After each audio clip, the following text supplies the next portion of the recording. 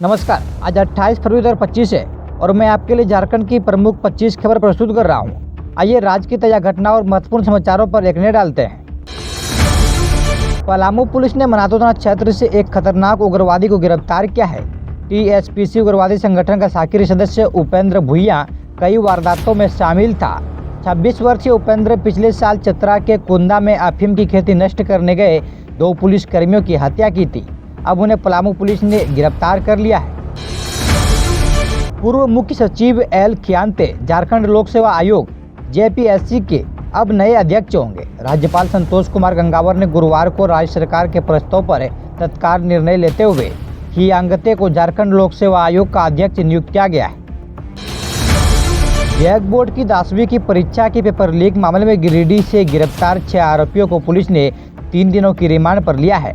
आरोपियों को गिरिडीह को न्यू बरगंडा में एक मकान से पकड़ा गया था।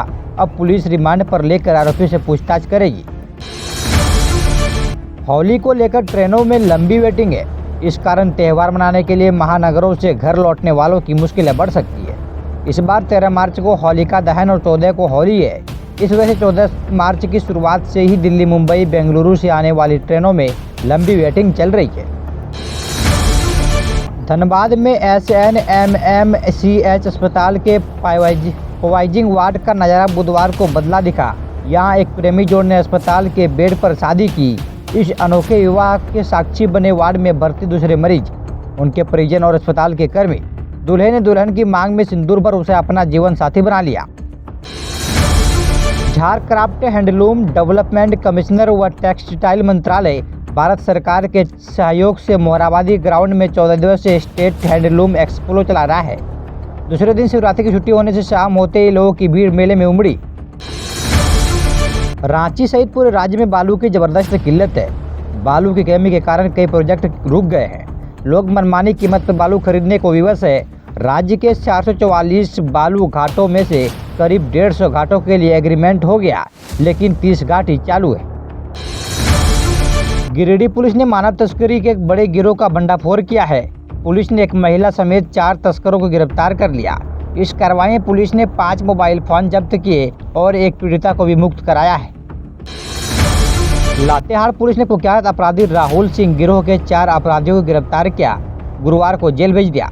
गिरफ्तार सभी अपराधी 22 जनवरी को मानिका थाना क्षेत्र के दुमुहान पुल के पास 4 लेन सड़क निर्माण के लिए बन रही ब्रिज के साइडिंग में रंगदारी और फायरिंग किया था। प्रतापगढ़ यूपी में हुए दर्दनाक सड़क हादसे में कुंभ से लौट रहे 4 युवकों की मौत हो गई थी।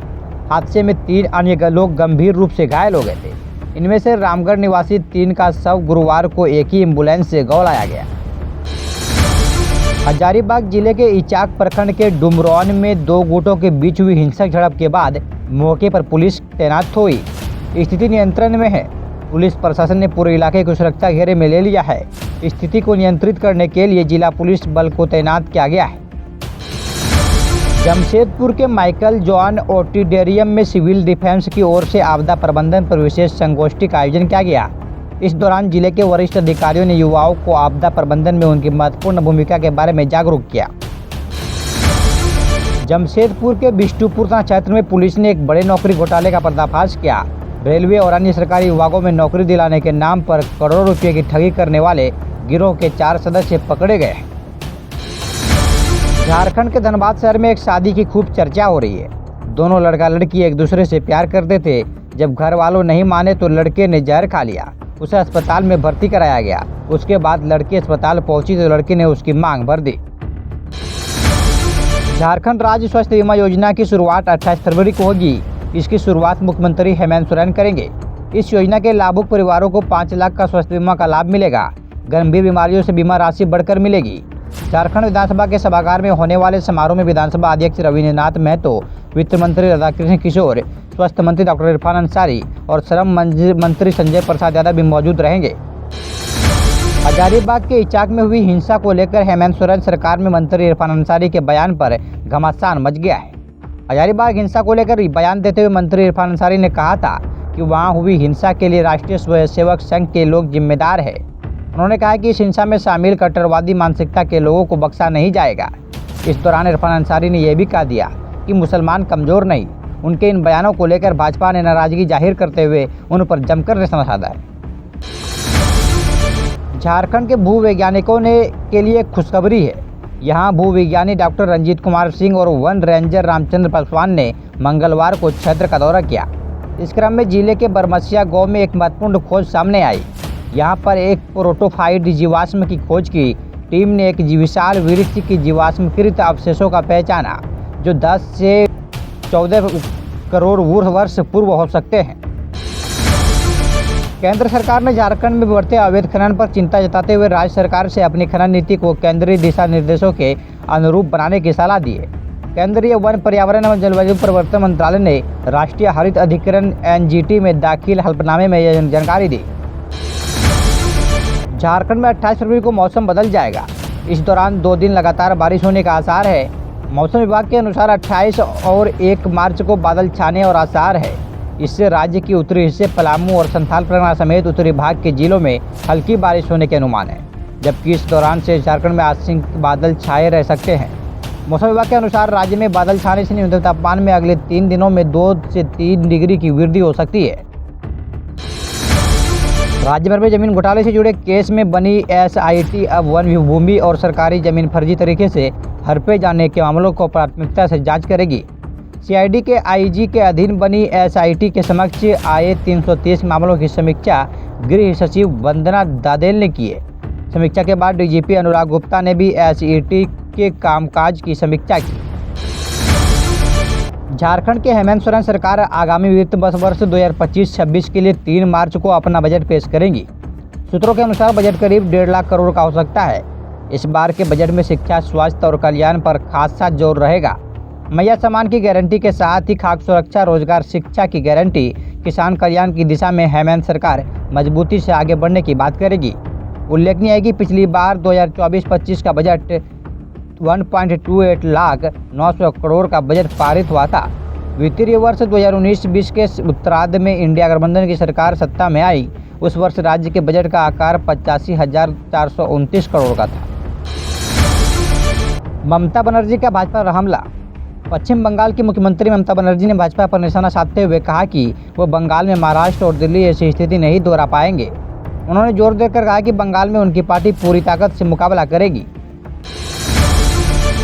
कांग्रेस की असम चुनाव पर बैठक। कांग्रेस अध्यक्ष मल्लिकार्जुन खड़गे और राहुल गांधी ने आगामी असम विधानसभा चुनावों के लिए पार्टी की रणनीति पर चर्चा करने के लिए नेताओं के साथ 2.5 घंटा बैठक की। इस दौरान चुनावी तैयारियों और संभावित गठबंधनों पर विचार विमर्श किया गया। गोवा में पर्यटकों की कमी पर भाजपा नेता का बयान। गोवा में पर्यटकों की घटती संख्या पर चिंता जताते हुए एक भाजपा नेता ने तटीय झोपड़ियों में इडली सांभर की बिक्री को इसका कारण बताया। उन्होंने कहा कि इससे गोवा की पारंपरिक छवि प्रभावित हो रही है। महिलाओं के लिए लाडो लक्ष्मी योजना का ऐलान। भाजपा सरकार ने 18 से 60 वर्ष की महिलाओं के लिए लाडो लक्ष्मी योजना की घोषणा की, जिसके तहत पात्र महिलाओं को हर महीने 2100 रुपये मिलेंगे। ये योजना उन परिवारों के लिए जिनकी वार्षिक आय 1.80 लाख रुपये है। अमेरिका में भारतीय महिला की मदद की अपील। नीलम शिंदे नामक भारतीय महिला अमेरिका में एक सड़क दुर्घटना के बाद कोमा में है। उनके पिता को वीजा मिलने में दिक्कतों का सामना करना पड़ रहा है, जिससे परिवार ने सरकार से मदद की गुहार लगाई। इडली से कैंसर का खतरा।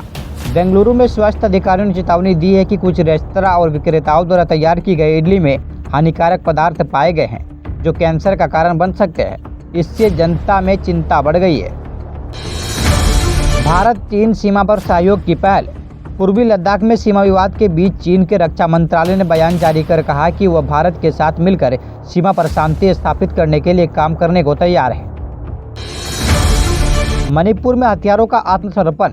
मणिपुर में राज्यपाल की अपील के बाद विभिन्न समुदायों ने अवैध हथियार और गोला बारूद पुलिस और सुरक्षा बलों को सौंपना शुरू कर दिया। यह पल राज्य में शांति बहाली के प्रयासों का हिस्सा है। पुणे रेप कांड पर पूर्व CGI का बयान। पुणे में हुए बलात्कार मामले पर पूर्व मुख्य न्यायाधीश DY चंद्रचूड़ ने कहा कि निर्भया केस के बाद कानूनों में बदलाव आए हैं, लेकिन जमीनी स्तर पर सुधार की आवश्यकता है। अमित शाह ने भाजपा नेताओं की सुरक्षा वापस ली। केंद्रीय गृह मंत्री अमित शाह ने भाजपा के 32 नेताओं की सुरक्षा वापस ले ली है। पार्टी प्रवक्ता ने इसे नियमित प्रक्रिया बताया है, जहां सुरक्षा की आवश्यकता के आधार पर निर्णय लिए जाते हैं। ये थी झारखंड से आज देश दुनिया की 25 बड़ी खबरें। इसी तरह हर खबर को देखने के लिए बने रहें सोशल मीडिया के साथ। जय हिंद, जय भारत।